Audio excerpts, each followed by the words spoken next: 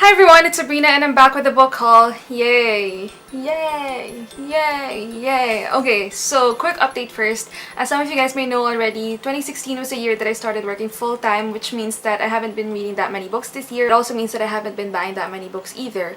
But since my last book haul, which was about 7 months ago, I've already accumulated 10 books so far.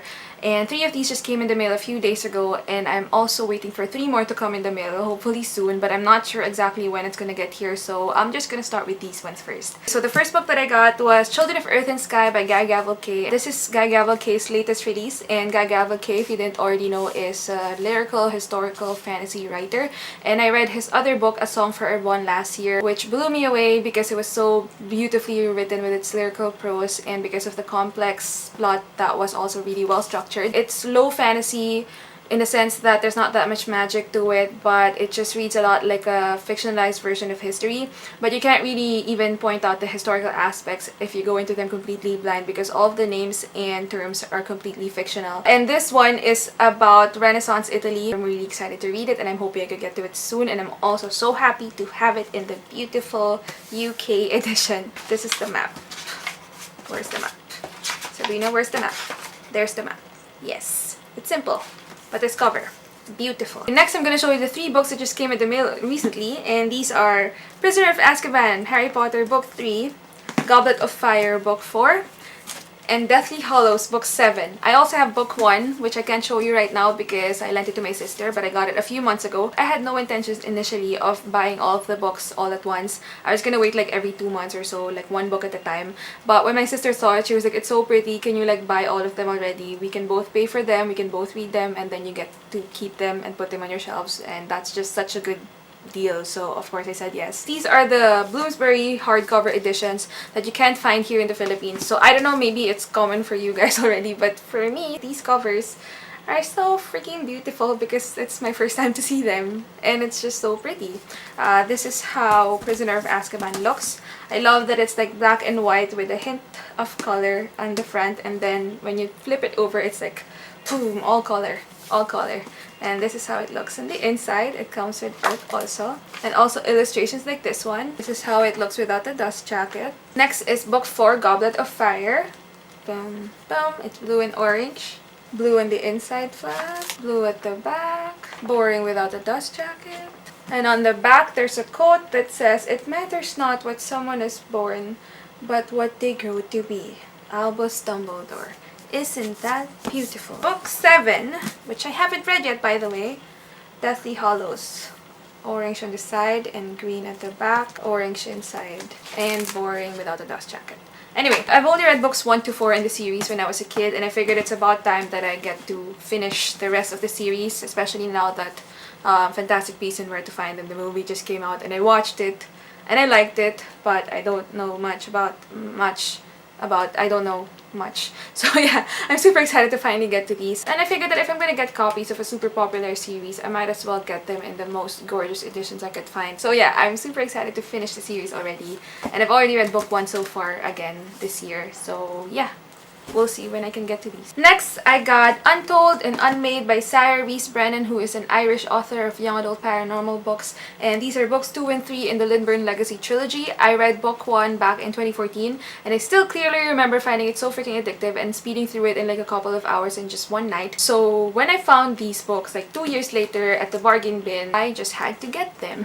And these are basically about a rural town in England, and it's about this girl who has had an imaginary friend her whole life, and then one day she finds out that her imaginary friend, whom she talks to in her head like every day, is actually a real person, a guy that she meets in school. And it's kind of a ridiculous concept, but I liked it. It worked really well, and it's also paranormal, which means that there's a lot of mystery and magic and creepiness and stuff like that. So yeah, I really enjoyed the atmosphere. I'm not sure how well I'm gonna enjoy these now that I've evolved kind of as a reader and my tastes have evolved, but I'm hoping I could read them soon because they're really easy reads. And then next, on a whim, I got this recently released young adult contemporary contemporary book, Something in Between by Melissa de la Cruz. Melissa de la Cruz is a Filipino author who lives in the US, so she's like Filipino-American. And I was just super compelled to pick this up as soon as I heard about it on BookTube because this is about Filipino immigrants in the US. And in case you guys didn't already know, I'm Filipino. And Filipino immigrants in the US, that's like something that gets talked about a lot here where I'm from because pretty much all Filipinos have relatives in the US or have thought about migrating to the US themselves because we're kind of known for kissing America's ass because we were colonized by America not too long ago. So yeah, it's something that gets talked about a lot, but I don't think I've read anything about it in literature, and I'm super intrigued, super curious. I hope I can find time to read it soon. Anyway, so the last two books that I got are both non-fiction. First one is a self-help book, Getting Things Done, The Art of StressFree Productivity by David Allen, and this is a book that I randomly picked up at the bookstore because I just felt it calling out to me because this is what I need badly in my life. Because getting things done and being productive, stress-free are things that I struggle with my ADHD and cluttered mind, even though I try really hard to be organized. And I really do want to be organized, but I think more than that, what's really important is to just focus on getting things done. This title just works. I'm sure a lot of people have bought this for the same reason that I have. I've read 80 pages of this so far and I really appreciate what I read.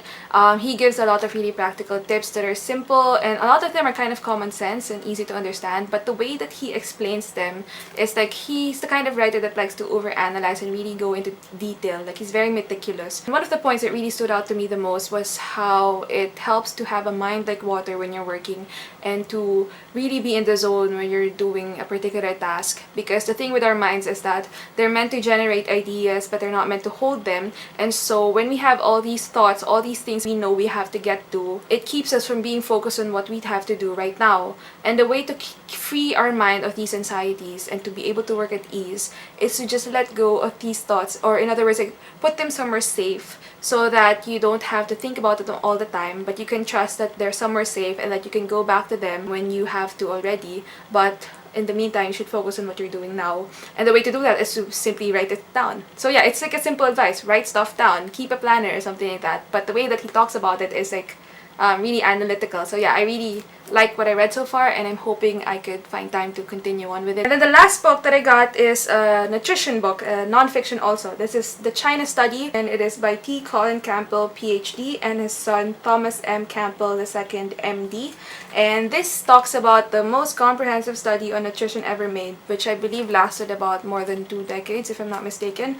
And it says it's about the startling implications for diet, weight loss, and long-term health. I am so happy that a book like this exists. I really want to learn about nutrition, but I can't like take up a whole course on nutrition and stuff like that. We could read about nutrition and stuff online, but a lot of the things that we read online even are all like contradicting. So it's nice to have a book about it that you know you could trust. What I know is that this talks about like heart diseases, obesity, cancer, diabetes. What really compelled me to pick it up was when I found out that it also touches on autoimmune diseases like thyroid problems, which is something that I've struggled with for years and years and that I know a lot of other people struggled with also, some of them without even knowing about it. And I think that that's just so important. We know so much lately about like mental health problems, but what I believe is that they're always connected to like physical health problems and that it's always linked with what we eat.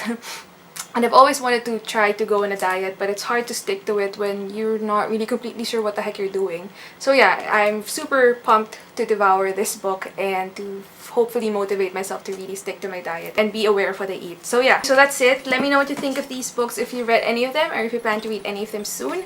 And I'll see you next week with another video, and thank you for watching. Have a nice day. Ciao.